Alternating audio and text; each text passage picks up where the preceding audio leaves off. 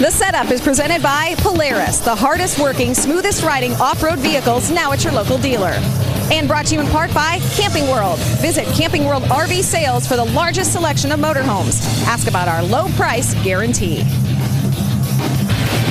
Today is NASCAR Day, an annual charitable celebration, and one of the NASCAR Day events was the Car Wash for Kids. This one is here in Concord, North Carolina, but 42 locations nationwide, including 15 racetracks, served as a venue today. All proceeds from the various NASCAR Day activities go to the NASCAR Foundation and local children's charities.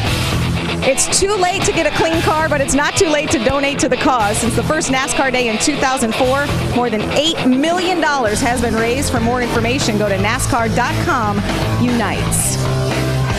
Such a big weekend here at Charlotte Motor Speedway. Of course, it all culminates tomorrow when one NASCAR Sprint Cup Series driver will race for $1 million. Welcome back. You know, Kimi Räikkönen already has $1 million, 51 times over. In 2007, he was ranked as the richest driver in all of motorsports. And tonight, he turns to NASCAR. Formula One World Championship in 2007, driving for Ferrari. He collected 18 wins over the course of his F1 career. The 31-year-old from Finland left Formula One after the 2009 season and has been competing in the World Rally Championship. Kimi, who in 2008 was actually featured on his own postage stamp in Finland, handpicked Charlotte Motor Speedway for his first NASCAR race. Räikkönen joins Mario Andretti, Jimmy Clark, and Jacques Villeneuve as the only Formula One champions to ever make the transition to NASCAR. And Ray, I believe, is standing by with him. Absolutely, Kristen. It's been amazing to see all of the press that has been here this weekend to cover Kimi Räikkönen's NASCAR debut. I've been practicing my Finnish, so let me try this. Hauska tavata. It's okay. I mean, it's nice to be here. It's something completely new again for me, but I mean, it's not easy to come and not really knowing at all what will happen this weekend, but we're going to learn. So soon we get in the racing and see how it is. Krista, what's amazing is just about anything he's ever sat behind, he has been very, very fast. So it'll be fun to watch him work his way through the pack tonight here at Charlotte. And we've already seen how much exposure he is bringing so many media members in the NASCAR Truck Series garage just to watch him climb in to the truck today. He actually held a press conference and it was streamed live in Europe this morning. Rick Allen, Phil Parsons, and Michael Waltrip are standing by upstairs. Now, I'm not going to ask you guys to translate anything in Kimi's native language of Finnish, but we do know that his presence here is certainly big. Kiitos, Krista. I don't know what that means. It means thank you, actually. Okay. I've been working on my Finnish as well. Oh, great. But that'll be the end of it for tonight's broadcast. Phil, I'd like to ask you, though, why would you choose Charlotte Motor Speedway for your first ever NASCAR race? Well, this is one of the premier tracks in all of NASCAR. Kimi Räikkönen's been scheduled to do this for a few weeks now. He had a couple good testing, and man, has this been an eventful day for him. When he first got on the racetrack, his truck was really, really loose. As a matter of fact, every time he's been on the racetrack, his truck is really loose. This is a good example right here. Great car control, obviously, because of his rally racing experience. That's big time sideways right there. And then he bounces off the wall a little bit later. There's Rick Wren, acting crew chief here, talking to him. There's his tutor right there, Kyle Busch, who's actually 6 years or 5 years younger than Kimi. But there he is, bouncing off the wall in practice. They got the truck a little bit better after that, and he's just here to learn. And Michael, what a place to come for your first ever NASCAR start. Yeah, those sideways slides up in the bank turns at Charlotte Motor Speedway, they were done at about 160 miles an hour, and he hung on to it. The speed here is the main story. These pickup trucks are going to be running over 180 miles an hour when they dive into these corners here. I love the action, I love the speed, and I love the fact that a world champion is going to get up in the middle of all this and see how he can play. And you at home have a front row seat. And Krista, by the way, we have enough problems with English, so we're going to stick with that for the broadcast tonight. That's probably a very good idea. It was a nice effort, though. Thanks a lot, guys. And we're certainly looking forward to this one. You know, Kimi Räikkönen is not the only big name in our field. Ricky Carmichael is sort of the Michael Jordan in the motocross world. And when he was racing on two wheels, he actually broke his collarbone, his shoulder, tore his ACL, and had a bone chip in his wrist. When you think of all that and you look at what happened to him last week and the fact he didn't break anything, this is pretty unbelievable. Big hit by Ricky Carmichael, Ray. Big hit by Carmichael into the wall. Destroyed the front end of that truck. I'll tell you, a shot like that's going to ring your bell. When you see him climbing out of that truck. He's in between two trucks, and he does get sideways and then overcorrects it. Man, did that truck hit the wall hard. Here's Todd. He's right behind. You see Ricky get sideways and then overcorrect. I haven't had a lick like that in a while. It reminds me of my motocross days that I'd like to forget, actually. Well, Ricky, I know you want to make a different kind of highlight tonight by going to victory lane, but it's very important when situations like that happen for you as a driver to come in and talk about what happened and the fact that you were able to walk away and race 1 week later. We're glad to see you back. Well, thank you. And, it looked a lot worse than it really was. I've definitely taken harder licks than that, but it just blows my mind how safe these things are, and thankful for that and the procedures and precautions that NASCAR go through. I got to thank Monster Energy for their support and always sticking behind me. And when I do things, I do it big, and those are the things I need to stay away from. But we're going to get it. Just it's tough trying to learn at this level. You know what I mean? It's a high level of racing. You're racing great guys, but so I didn't get to go through the late model stuff of tearing stuff up like the other guys did. But I'm happy to be in this position, and we've ran strong, and there's no reason I can't do it here. And the mile and a halfs are normally a little bit better for me, so looking forward to it.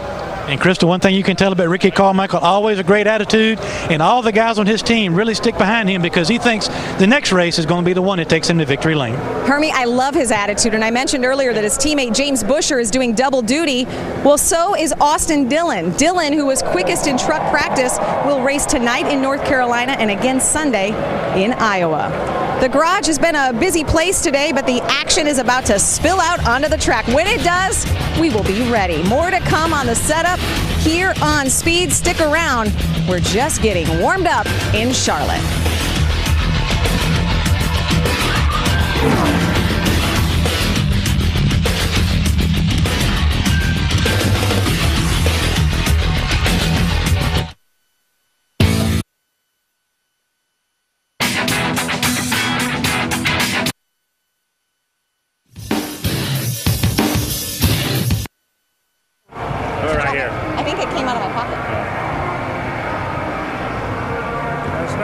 Hey, Clint. What do you want?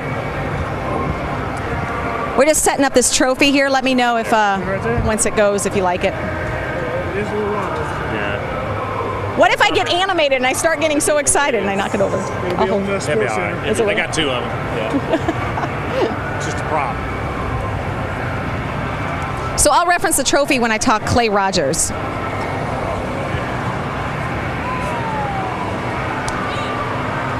So traffic here is billboards, shut up, rookie points, and then Clay Rogers feature. Okay.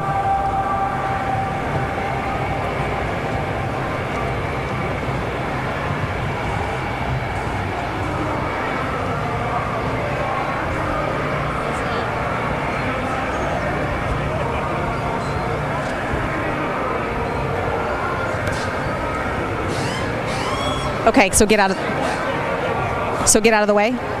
Oh, okay. Gotcha. Okay.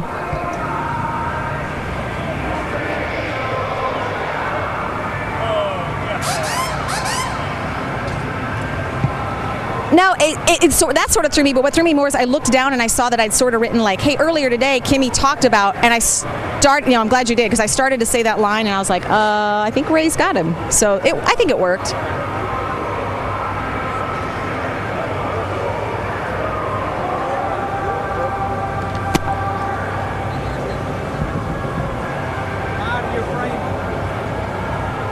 I know. No, it was great. We got him. That's great. Yes. Yep.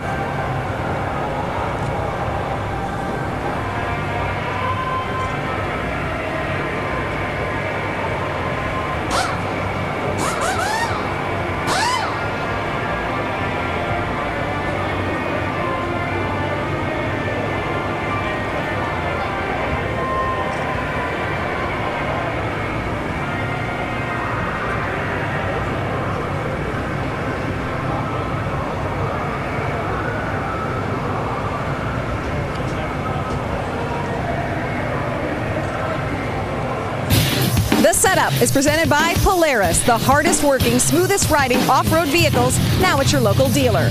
Brought to you in part by Dollar General. To get all of your favorite brands for race day, visit Dollar General. Save time, save money every day. and by creditreport.com. See your credit score in seconds. Creditreport.com. Nelson Piquet Jr. has been competitive this entire race. This is his best race by far. Look who's That's our leader right there. In front of this field, that's the 20 of Johanna Long. Miguel Paludo, when he went to Daytona, he got a 4th-place finish. This one right here is what everyone has had their eyes on. Joey Coulter, full width. The young man in just his 4th start will start on the pole tonight. Cole Witt's got a fast truck. The rookie battle is really tight. Cole Witt is leading the charge with Joey Coulter breathing down his neck. We have several legitimate contenders in this year's class, and with the way the points break down this year, you cannot count any of these guys out. Welcome back. We've already told you how this is a home game for many of the drivers, but when you were born just up the road in Mooresville, also known as Race City, USA, this race and this trophy take on special meaning. Clay Rogers walked out of Daytona to start the season as our points leader. His good buddy Trevor Bayne walked out the Daytona 500 champion. Now Bayne is a household name, while Clay Rogers still fights for exposure.